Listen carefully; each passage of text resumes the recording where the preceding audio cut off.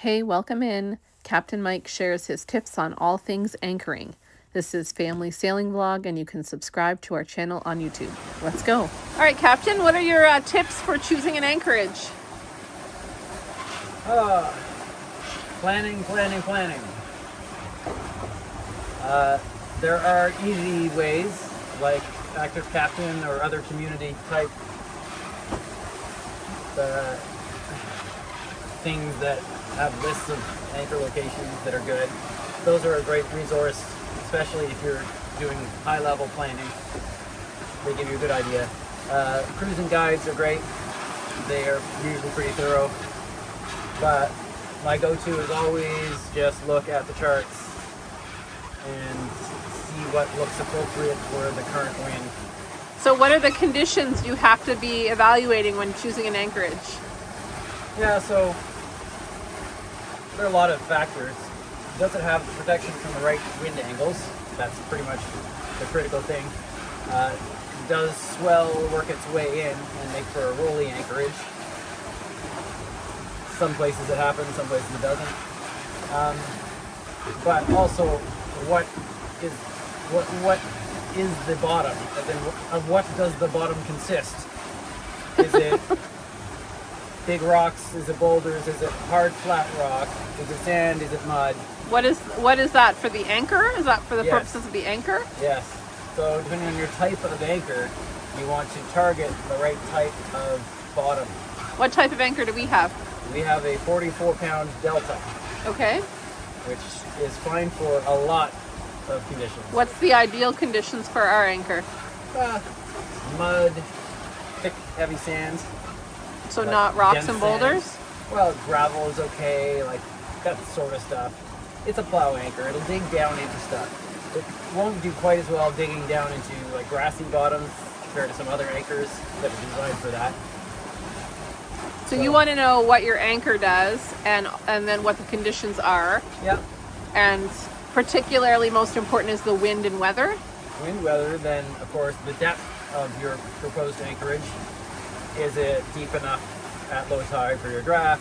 Is the bottom flat enough that you can pick a spot you like and have enough swinging room? Right there, the flatness of the bottom or the rate at which it slopes makes a difference for how you can set your anchor. It's hard to set an anchor well on a downward slope. Like if you're trying to pull away on a downward slope, your anchor will want to just walk down. So, and I guess the tides are quite variable. Like we had some sections in the ICW where there was quite a lot of tide. Yeah, like 16 feet in Georgia at one point. Yeah. And then here in the Bay of Fundy, it's also crazy tides. Yes. So you're really having to, you put out tons of line today, for example. Yeah. What was the reason for that? Well, you need a good amount of scope in order to actually make sure that you're pulling on your anchor in the right direction. Anchors do not want to be pulled up. That's the way an anchor gets released, is you pull it up. Like it pivots and comes up out. So if your angle is too steep, it's going to be trying to pull up and it will no longer be plowing into the bottom. Okay. So if you have more scope, the angle is lower, it will pull straighter and plow down into whatever is under the surface. So we don't have a lot of choice for anchorages where we are on this island, although we are gonna.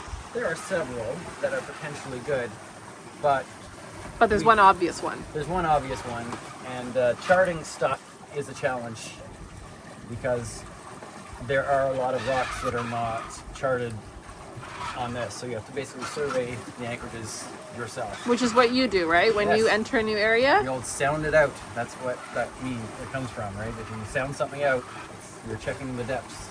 Okay, so you go around in a circle and at whatever tide it is. I usually go at, if I know what it looks like at low tide, then I go around at high tide and avoid whatever rocks might be just under the surface that I saw at low tide. So if you go at high tide, then you can go around and map the depths of the whole proposed anchorage, find out where the rocks are. But sometimes that's done for you in Active Captain? Or there are community contours contributors, but they seem to be fairly rare in most places. Okay. Like I'm one of not many who thoroughly survey the bottom. You mean in Canada, like you don't find... Like around here, there are a few people that turn it on every now and then, I turn it on anytime I'm in a questionable Or a possible? location where the depth may not agree.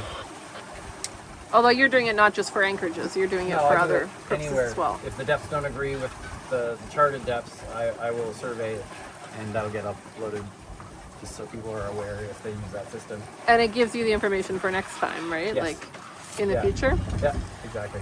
Okay, well that makes sense. Mm-hmm. Sounds like there are children wondering if we're at the anchorage. Yeah, not quite. Not quite. Let's have a look.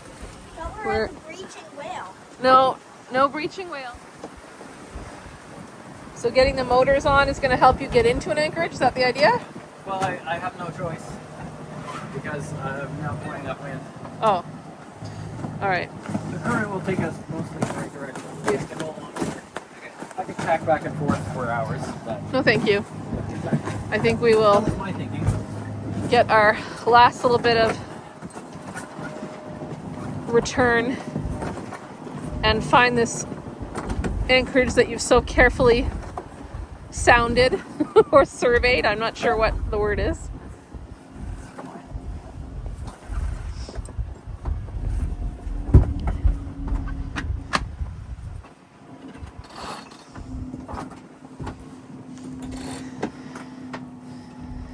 All right. Let's see what we get in the mixing bowl. Let's go and find our anchorage.